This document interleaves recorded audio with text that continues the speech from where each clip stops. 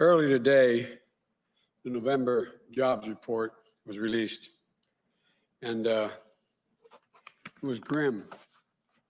It shows an economy that's stalling, and we remain in the midst of one of the worst economic and job crises in modern history. But it doesn't have to stay that way. If we act now, we can begin to regain momentum and start to build back a better future. There's no time to lose. Millions of people have lost their jobs or had their hours slashed. They've lost their health insurance or are in danger of losing their health insurance. 1 in every 6 renters is behind in rent. 1 in 4 small businesses can't keep their doors open. And there's a growing gap in Black and Latino unemployment, and the gap remains much too large.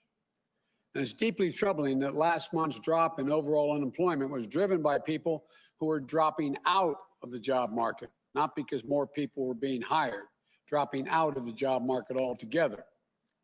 They've lost hope of finding a job, or they're taking full-time caregiving responsibilities as child centers remain closed and their children learn remotely. Over the past 3 months, 2.3 million more people are long-term unemployed, meaning for 23 weeks or more. By far the largest increase on record. This is a dire jobs report. It's a snapshot, I might remind you, up to mid-November. Before the surge in COVID cases many predicted, and the deaths rise that we've seen in December as we head into a very dark winter ahead. For example, since October, cities are down 21,000 educators, just as schools need more help in fighting against the pandemic. A couple of days ago, I spoke with a school crossing guard, a server, a restaurant owner, and a stagehand. Good people, honorable people, decent, hard-working Americans from across the country. It reminded me of my dad, who lost his job in Scranton and eventually moved our family to Delaware, just outside of Wilmington, a place called Claymont. He used to say, you've heard me say it before, Joey, I don't expect the government to solve my problems, but I expect them at least to understand my problems. The folks I'm talking about, the folks out there aren't looking for a handout. They just need help. They're in trouble through no fault of their own. Nothing they did caused them to have hours cut or lose their job or drop out of the market. But they need us to understand. We're in a crisis. We need to come together as a nation. We need the Congress to act and act now. If Congress and President Trump fail to act by the end of December, 12 million Americans will lose their unemployment benefits they rely on. Merry Christmas. The unemployment benefits allowing them to keep food on the table, to keep the lights on and the heat on, pay their bills. Emergency paid leave will end. The moratorium on evictions will expire.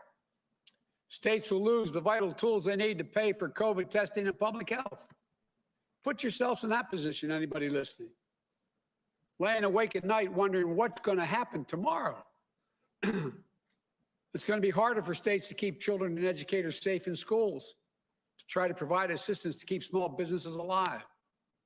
States and cities are already facing large budget shortfalls this year, again through no fault of their own.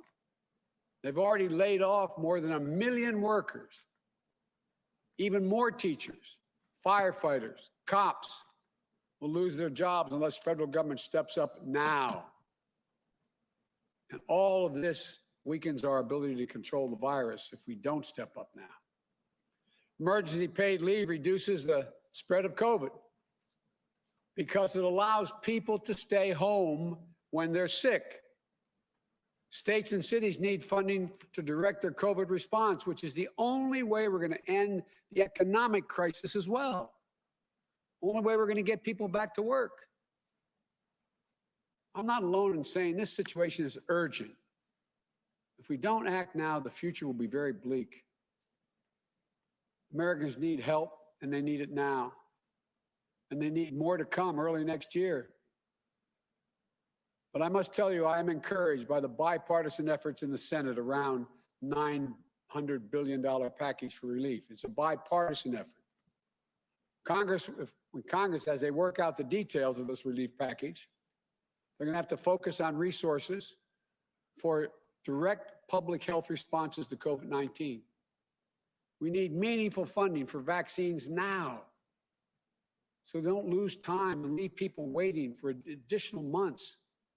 We need serious funding for testing now. We need to ramp up testing, allow our schools and business to operate safely.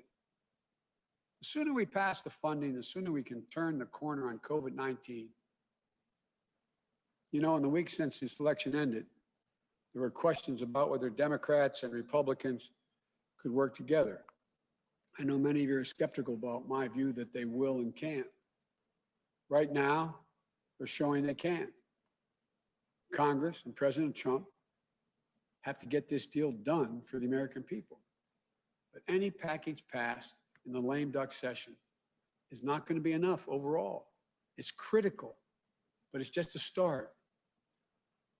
Congress is going to need to act again in January. Earlier today, I consulted with a number of my economic team, most of which have been announced by now. And Vice President Harris and I announced that team last week. As we inherit the public health and economic crisis, we're working on a plan that we'll put forward for the next Congress to move fast to control the pandemic, to revive the economy, and to build back better than before. We hope to see the same kind of spirit of bipartisan cooperation as we're seeing today. Our plan is based on the input from a broad range of people. The Vice President-elect and I have been meeting with since winning this election last month. Labor leaders, the leading CEOs in the country, mayors and governors of both parties, parents, educators, workers, small business owners. There's a consensus that as we battle COVID-19, we have to make sure that businesses and workers have the tools, the resources, and the guidance and health and safety standards to keep businesses and schools open safely. It can be done. Because here's the deal. The fight against COVID won't be won by January alone. To truly end this crisis, Congress is going to need to fund more testing, as well as a more equitable and free distribution of the vaccine. We're going to need more economic relief to bridge through 2021 until this pandemic and economic crisis are over. And then we need to build back better. I've said it before, an independent analysis by Moody's, a well-respected Wall Street firm, projects that my Build Back Better plan would create 18.6 million good-paying jobs. It's based on a simple premise. Reward work in America, not wealth. We're going to invest in infrastructure, clean energy, and manufacturing, and so much more. We'll create millions of good-paying American jobs and get the job market back on the path to full employment. This will raise incomes, reduce drug prices, advance racial equity across the economy, and restore the backbone of this country, the middle class. Look, the bottom line, it's essential we provide immediate relief for working families and businesses now, not just help them get on the other side of this painful crisis, but to avoid a much broader economic cost due to long-term unemployment and businesses failing. By acting now, even with deficit financing, we can add to growth in the near future. In fact, economic research shows that with conditions like the crisis today, especially with such low interest rates, not taking action, the action I'm proposing, will hurt the economy, scar the workforce, reduce growth, and add to the national debt.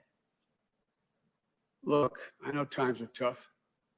The challenges are daunting, but I know we can do this. We can create an economic recovery for all, for everybody. We can move from crisis to recovery and to resurgence. For Lord's sake, this is the United States of America. We've done it before, and we'll do it again. We will, I promise you. So I thank the bipartisan group that's trying to put something together right now. We're going to need more bipartisanship as we move on. God bless you guys and women are doing this. God bless our country, and may God protect our troops. I'll stop there, and I'll be happy to take some questions.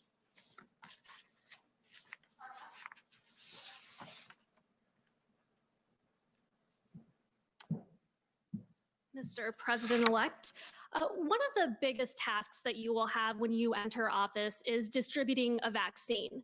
Your team has started to meet with the Trump administration to learn of their plans as you are set to inherit this task.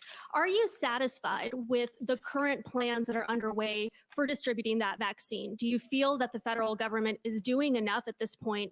And what steps do you think need to be taken between now and when those first vaccines go out?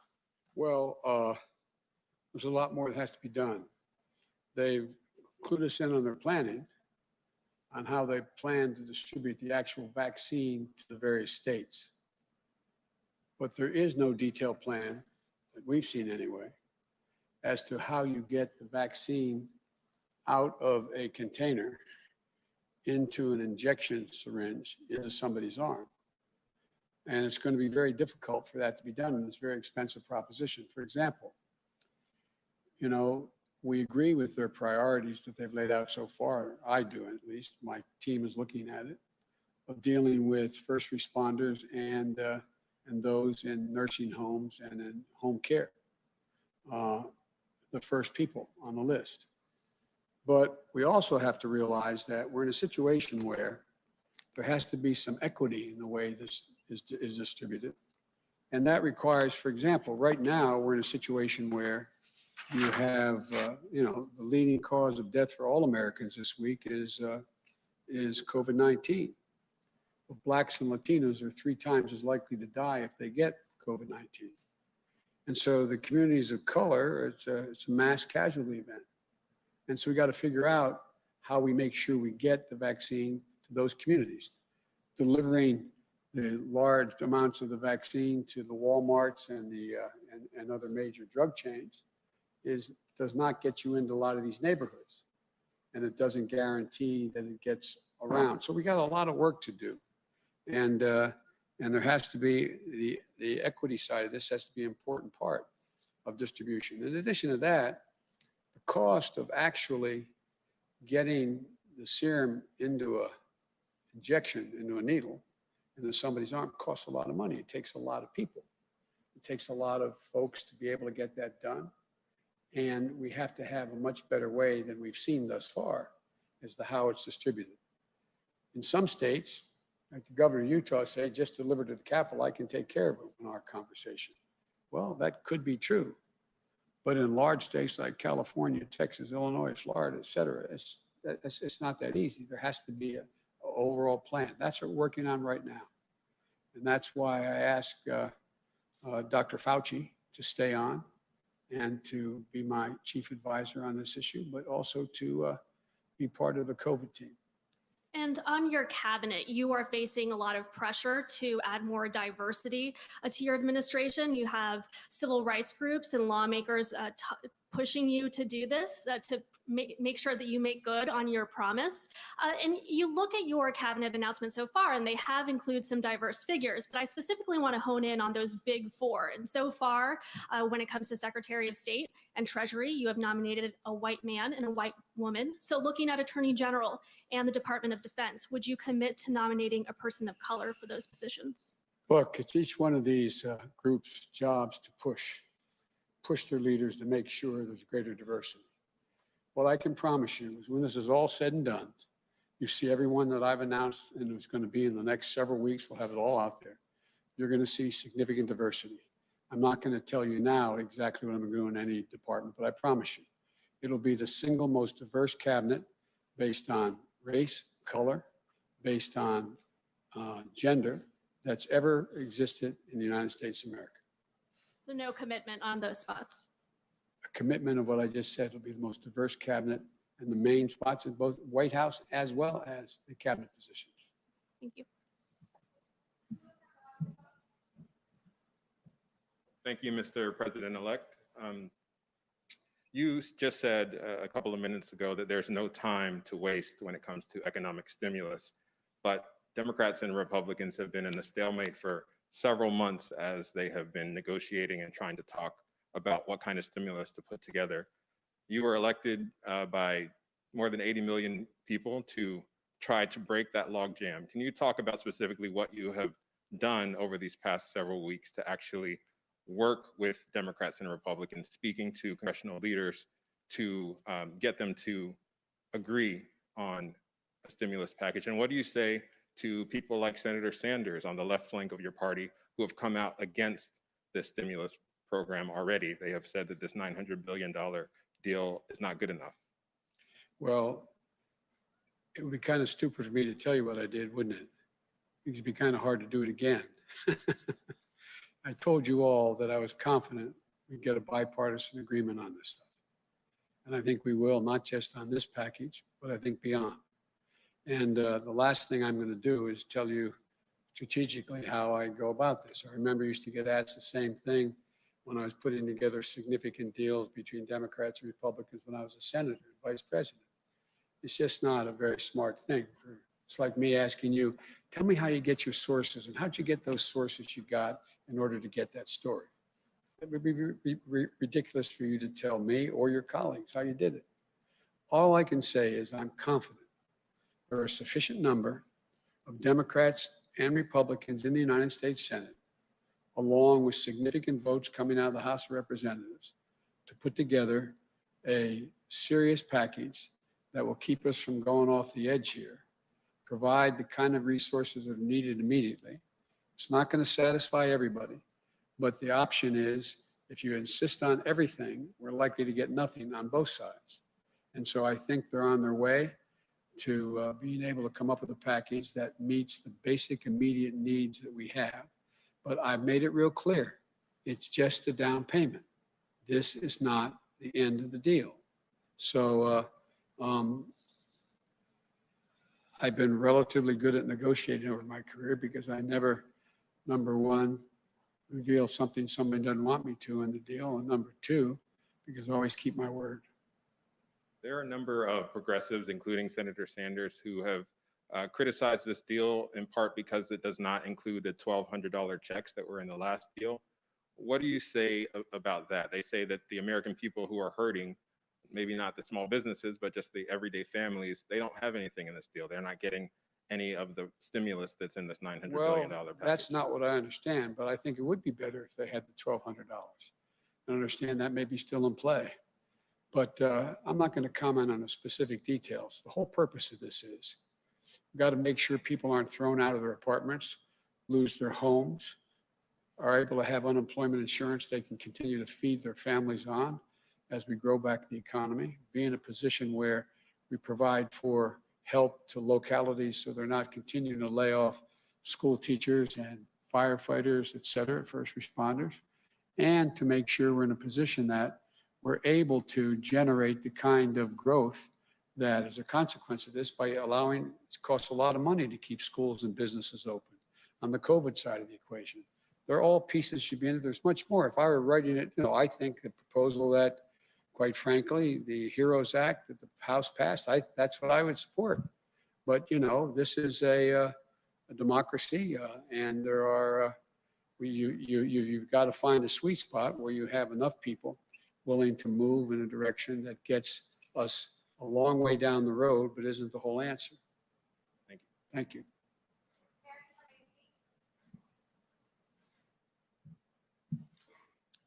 Thank you, Mr. President-elect. You're describing this compromise bill as a down payment, that you'll push Congress to do more once you're in office. But this bill is already more than Republican leaders want to spend.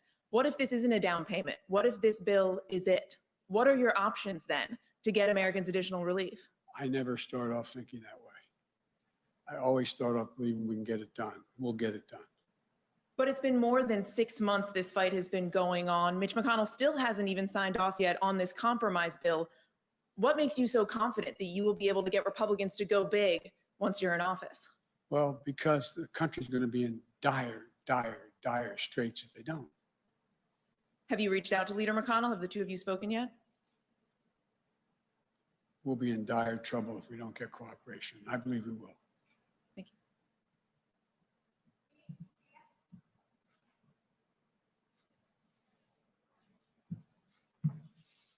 Thank you, Mr. President-elect. You noted today that 1 in 6 renters are behind in their rent. Millions of Americans remain unemployed. You say the situation is urgent. When you come into office, you expect to pass executive orders dealing with those specific issues. And also, do you at all plan to pass trillions of dollars of aid? Is that what you have in mind when you say we need to go big? Or are we looking at billions of dollars? We're looking at hundreds of billions of dollars. Look, again, I've learned after hanging around in this business for a while, the last thing you do before you begin a negotiation is lay down a drop dead marker. And if it's not this, I'm not going to talk to you. I think there's a lot we can get done. And I think people are going to see the overwhelming necessity. What's going to start to happen is a lot of folks who represent Republican districts are going to find their Republican neighbors are in real trouble as things get worse. They're going to find that there's an overwhelming need as these numbers skyrocket. You remember my saying that I believe the experts we'd had at least another 250 dead before the end of the year. And they went, oh, no, all right. Guess what? Look what's happening. It's going to get much worse. It's going to get much worse. And so I believe that there are enough Republicans who will join enough Democrats in the United States Senate to get a majority, along with the House to get it done. But we'll see. We'll see. This is a step at a time. And on executive orders? Well, I'd issue executive orders that are totally within the purview of an executive. But one of the things I don't like is I don't like people saying that I can, by executive order, do the following things, which there's no basis in the Constitution to suggest it can be done.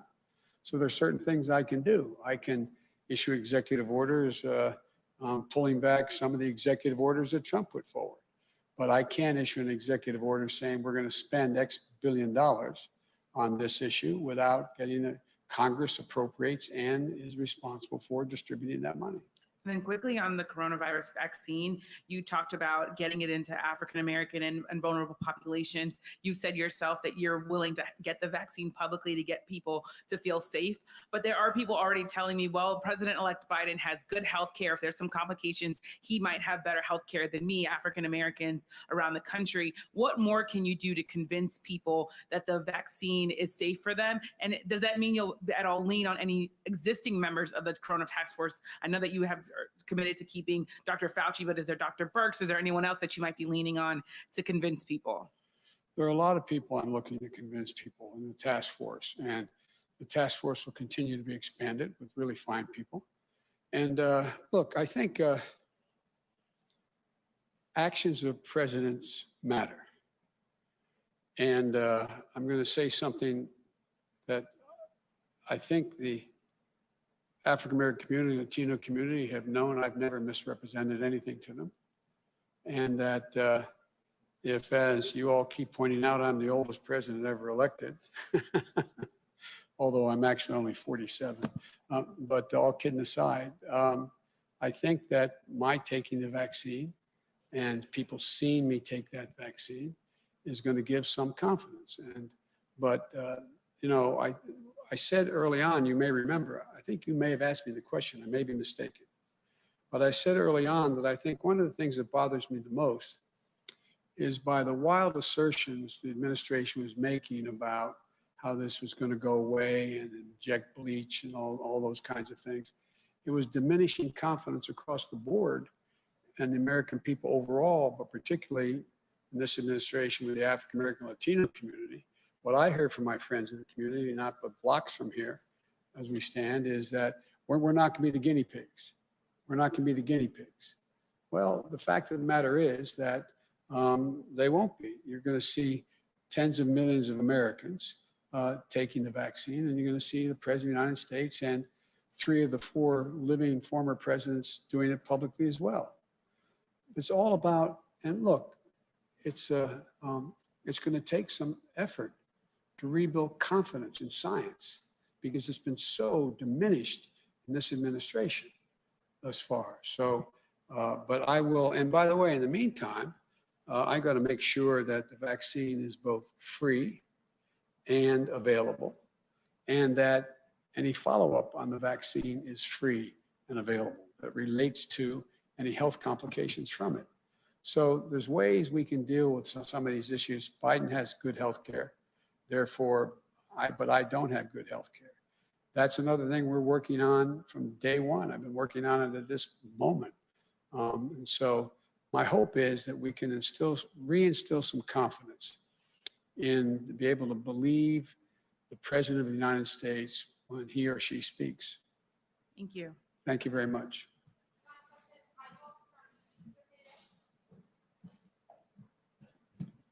Thank you, Mr. President-elect.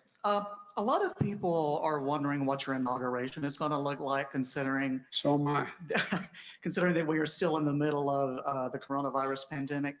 So I would like to hear what you envision for the inauguration. Do you expect a scale-down event? You're still planning to take the oath on the west front of the Capitol? Will there be a parade? Will there be balls? What do you envision for your inauguration? Well, first and foremost thing is we're going to follow, again, the science and recommendation of the experts on keeping people safe. So it is highly unlikely there'll be 1 million people on the mall going all the way down to the memorial.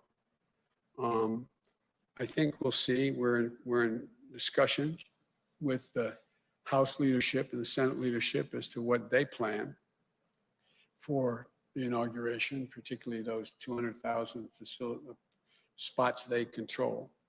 But I think you're going to see something that's closer to what the convention was like than the typical inauguration. First and foremost, and my objective is to keep America safe, but still allow people to celebrate and see one another celebrating.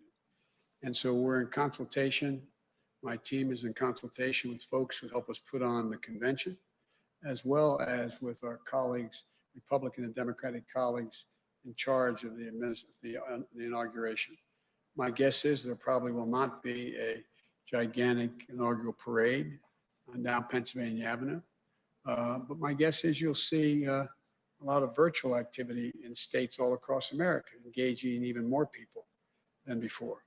But that's in train now. And I'm not in a position to give you an example of exactly what it will look like.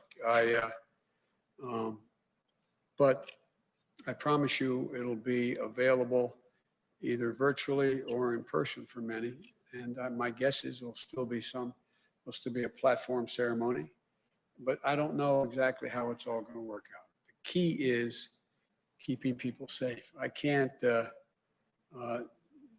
a super version of the president's announcement in the Rose Garden nationwide. So it's going to have to be more imaginative. But I think, like I said, I think the convention we put on really opened up avenues that we never thought existed. And I doubt there will be another Democratic, at least a Democratic convention, that it's a straight like it always has been. I think we can include more people. People want to celebrate. People want to be able to say, we've passed the baton, we're moving on, democracy has functioned. I wish I could tell you more, but as those decisions are made, they'll be announced. Okay, and I also wanted to ask you about your relationship with Senator McConnell. I know the two of you have a long history of actually working together on various deals. Have you talked to him since the election? And given the partisan nature of Congress right now, how do you convince him that it's in America's best interest to work with you going forward? I don't think I have to convince him of that. He knows me. He knows I'm as straight as an arrow when I negotiate. He knows I keep commitments and I never attempt to embarrass the opposition. There's some things that I think are just ready for the kind of compromise that Democrats and Republicans are prepared to engage in, absent the President of the United States' attitudes on some of these issues. Infrastructure, dealing with health issues, dealing with the fight against cancer, dealing with education. I think there's a number of things. As I said before, we've got to take the vitriol out of politics. I know there's a lot of people on both sides who want to continue to go after and punish the opposition. I get that. I get the fact that an awful lot of Americans are disappointed I was elected president. Fortunately, there's 7 million more that were happy than disappointed, but I get that. And there's a lot of Democrats who are angry and want to strike back at Republicans. But I've said from the beginning, and I think I've conducted myself this way throughout my career. I learned that early lesson. It's always appropriate to question other man and woman's judgment, but never their motive.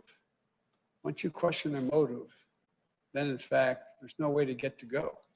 You're in the pocket of the cement industry. Let's do a deal on highways. Oh, no possibility. And so when I've dealt with Mitch McConnell in the past as a vice president or as a senator, we haven't engaged in that activity. Doesn't mean we can get to an agreement. I'm not asking anybody to abandon their principles, but I do think it makes no sense to engage in vitriol and trying to get to a place where I can't believe that a majority of the Republicans don't understand we need a new infrastructure in America. If there was nothing to do with jobs or a green economy, just too many bridges that are going to collapse, too many roads in disrepair, too many Republican states that every time it floods, they flood out their water systems are polluted. It's just, these are common problems. And I'm confident it's going to be hard, but I'm confident we can get to agreement on a number of things that will be of consequence. Thank you all so very, very much. Is that it? Thank you. Appreciate it. Thank you.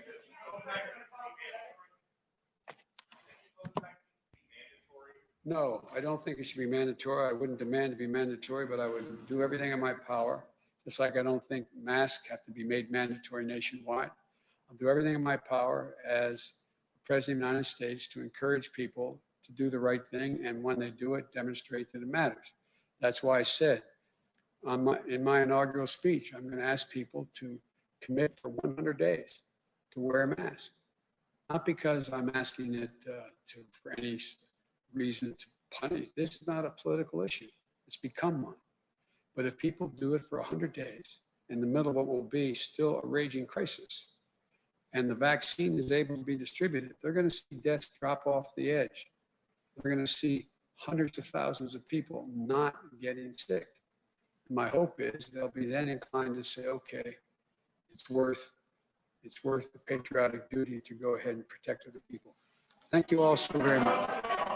Thank you. Georgia? Yes.